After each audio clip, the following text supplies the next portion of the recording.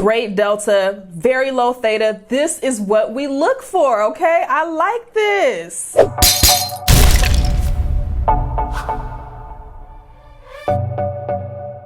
Hey, what's up YouTube? This is Foxtail Digital coming to you again with Black Girl Stocks. And this is another segment of our top 3 option plays this week, where we're just gonna go over a few different trades, stock fundamentals, and different strategies that you can do to make it through, okay? So I know our schedule has been a little bit sketchy lately, but I'm getting back into our regular uploads. So thank you guys so much for all of your love and well wishes. But first, if this is your first time watching this video, please make sure that you click that thumbs up button. It really helps the channel. Also, subscribe and click that notification bell so that you get notified anytime I upload a new video for you guys. All right, so just a quick recap of the stocks that we were looking at for last week's plays. So we were overall bullish to neutral on GE the week before they have their earnings. So yeah, we were looking at it at 104.41 because it had a very weak bullish trend coming from a low of 101.18, and then it had some resistance around 106 to 107. So yeah, the week started off kind of slow, but it was still reaching higher highs and higher lows throughout the week. So you'll see it did hit that 106 around the end of the day on Wednesday. And then Thursday morning, after that rally, it literally just rebounded back down to 104. Actually hit a low of 102, but now you'll see it's kind of back similar to where we were before. So let's see if it retests to that 107 resistance again going into earnings. They have their earnings on Tuesday, so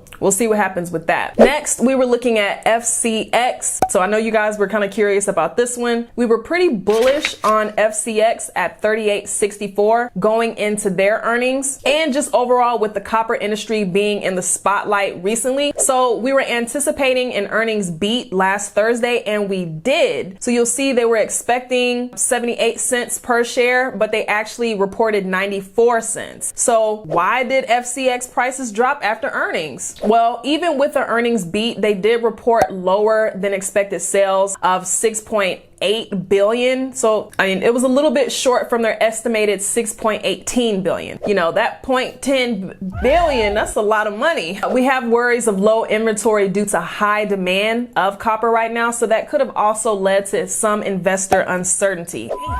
Now this one very disappointing. Lastly was Snap. So we also had earnings last week. We were looking at Snap at 77.34. We were overall bullish with Snap based on past performances during their earnings seasons, and with it being in an uptrend for most of the year. They were expecting to report negative earnings of negative 10 cents, but they actually reported, you know, a earnings beat with 17 cents per share. That was great. What caused that huge price drops from $75 all the way down to 50? What happened? Well, Apple's new privacy changes. Snap's CEO, Evan Spiegel, said that the new data collection rules introduced by Apple have made it very difficult for advertisers to measure and manage their ad campaigns. Around April of this year, Apple's new policy requires that all apps on its iOS 15 platform have to ask users if they want to be tracked for advertising purposes. Now, obviously, a lot of people opted out of being tracked by large apps like Snapchat and Facebook. So those apps are getting less data on consumers' habits, and as a result, can't really target ads at users as effectively as they were before. Going into next week, we are going to have earnings on 5 of the biggest tech stocks out there, and there are some worries that this is going to affect those companies also. So let's keep an eye on Facebook for Monday reports, Microsoft and Google on Tuesday, and then Apple and Amazon on Thursday. Okay, so I know that was a lot, but remember we didn't have our Wednesday weekly recap, but let's go ahead and let's get into this week's option picks. So the first stock is BX. This is Blackstone Inc. Right now it's trading at 137.63. Now, this is an investment company that has so many different avenues: real estate, hedge funds, private equity loans, and lending. So recently it just signed a deal with Spanx. So you know the Spanx and get it all tight and right.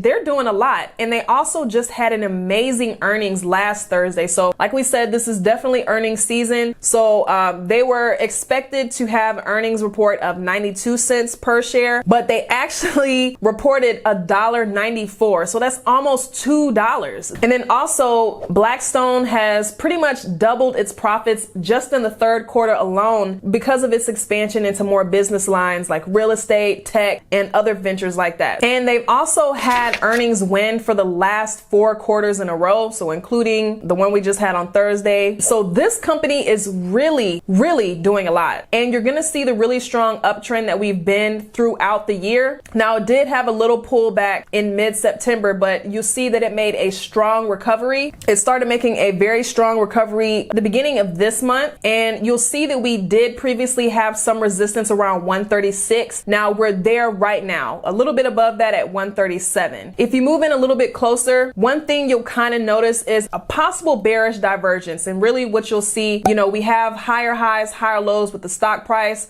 but then with our indicators, specifically the MACD, you'll kind of see that we're actually having lower highs. So it could be indicating a slowdown in our uptrend or a possible trend reversal. Going into Monday, I wouldn't want to enter a long position until I saw that reach that 138 again. Now, going into the options, you'll see we have a really nice implied volatility, low implied volatility in the 30s, and our market maker move over here is pretty good. Going into next week, like I said, I'm still going to be overall bullish on this just because of the strong uptrend that we do have and with the growth of the company. So for this, I would probably either do a call or a call debit spread, 279 to 500. I don't know, you know, that might be out of your price range. So that's why I would suggest doing a debit spread. Okay, so we're gonna do an expiration. I'm gonna do an expiration of November 19th. It gives us some time to do some things. As far as the call, I'm gonna be honest with you, I'm gonna be a little bit out of the money on this. If you got the 135 call, $500, I'm gonna stick with, if I'm gonna do a long call, I'm gonna stick with the 140 strike price, get it at 275 and just keep it at that. Now, one thing I do like, we do have a higher volume on our ask, so that's always a good sign. People are paying more to get into this,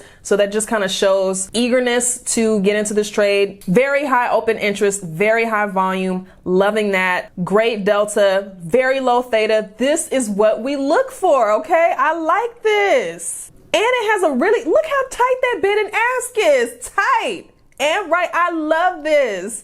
So I would definitely want to get into this. And obviously the most that you're going to lose is the premium that you pay to get into this call. I'm going to buy, so for my debit spread, go ahead and buy that 135 and I'm going to sell the 140. So the most that you would pay to get into that is going to be 233. This is something to look into. Okay, wow. Okay, and the next stock is APO. This is Apollo Global Management, trading at 79.72. And they're actually an investment company too, but they're investing in things like chemicals, manufacturing, and natural resources. Everybody's really trying to get their bag right now. Looking at the chart, you're gonna see that this stock is also in a very strong uptrend, okay? And it really started earlier this month with news of their first sustainability chief officer. So, you know, new people moving around in management. They joined a bidding war for a multi-billion-dollar investment in Aramco pipeline stake, and they also purchased Airways services. So the company's making a lot of expansion into a lot of different services. Most recently, as of Friday morning, Apollo announced an investment of $824 million in one of the world's largest renewable energy companies, NextEra Energy. This could be a very lucrative move for Apollo. Going into next week, similar to BX, if I was looking for a long entry signal, I would have an entry price around 80. So it's very similar to the other stock. Our ADX value is 35, very strong trend. DMI plus is above the DMI minus. So let's see what happens going into next week. Like I said, I will have an entry around $80. Going into the options, it looks very good. The prices, you know, they're a little bit, you know, it's a little up there, but the implied volatility is low for this too. So for this, I'm gonna do November 19th. For this one, I'm just gonna go ahead and do a long call. Now, this one is a little bit cheaper than BX. I would probably pick the 80. There's definitely a lot more volume on the bid, so kind of be careful with this one, but it still has high volume, high open interest, very high delta, very low theta. So I really like to see that type of setup to get your long call. Similar to the last one, you can do a debit spread on this too. So if you're doing long plays, low implied volatility, and the premiums are a little bit high, just do a debit spread. It's going to minimize your entry cost, but then at the same time, it's going to cap your profits too. So that's just another thing to keep in mind for this one. So if you wanted to do a debit spread, you can definitely do a debit spread on this too. This is the type of stock I like to see. And the last stock is BAC. That's Bank of America. And right now it's trading at 47.57. This stock, they also just had an earnings report beat on the 14th. So you'll see right here, it was expected to report earnings of 70 cents. They actually reported 85. So not as big as the other two, but it's still a little beat, okay? Also, it's been in a steady uptrend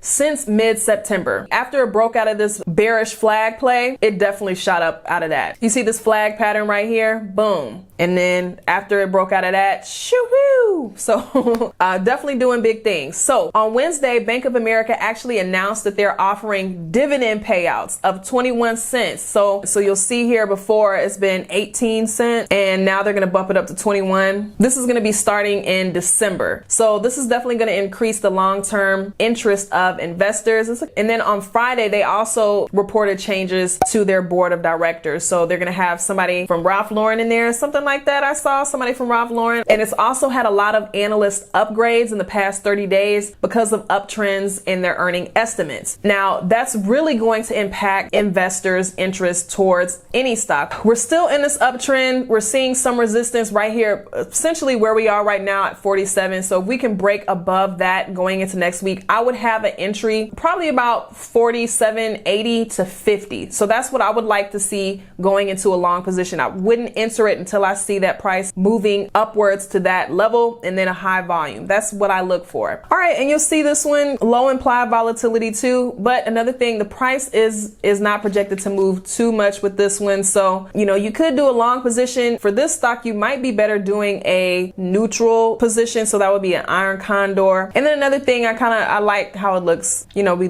do have a possible crossover right there with our MACD indicator. So we'll see going into next week how that plays out. What's going to happen with this, you know, this area right here. It's just with that market maker move being a couple of dollars, it's really not that much price movement here. So that's why I would say your best bet might either be a long play or a neutral position like an iron condor. All right, so if I was going to go long on this, I'm going to still pick the same expiration, November 19th. And for this one, I'm going to have the 47 strike price. So you'll see here, okay, we do have a little bit more volume on the ask. Very high volume, very high open interest, great delta, great theta. The only thing I'm just kind of looking at is that market maker move of a couple of dollars, but we'll see what, you know, we'll kind of see with that one. So I'll pick the 47 strike price, November 19th expiration. And of course, the most that you would lose with this one is going to be 148. Make sure that you guys check out this video that I just posted about the amazing trend following indicator ADX. The trend is your friend. Hey, bestie. So make sure you guys check that video out, okay? Yes, sir.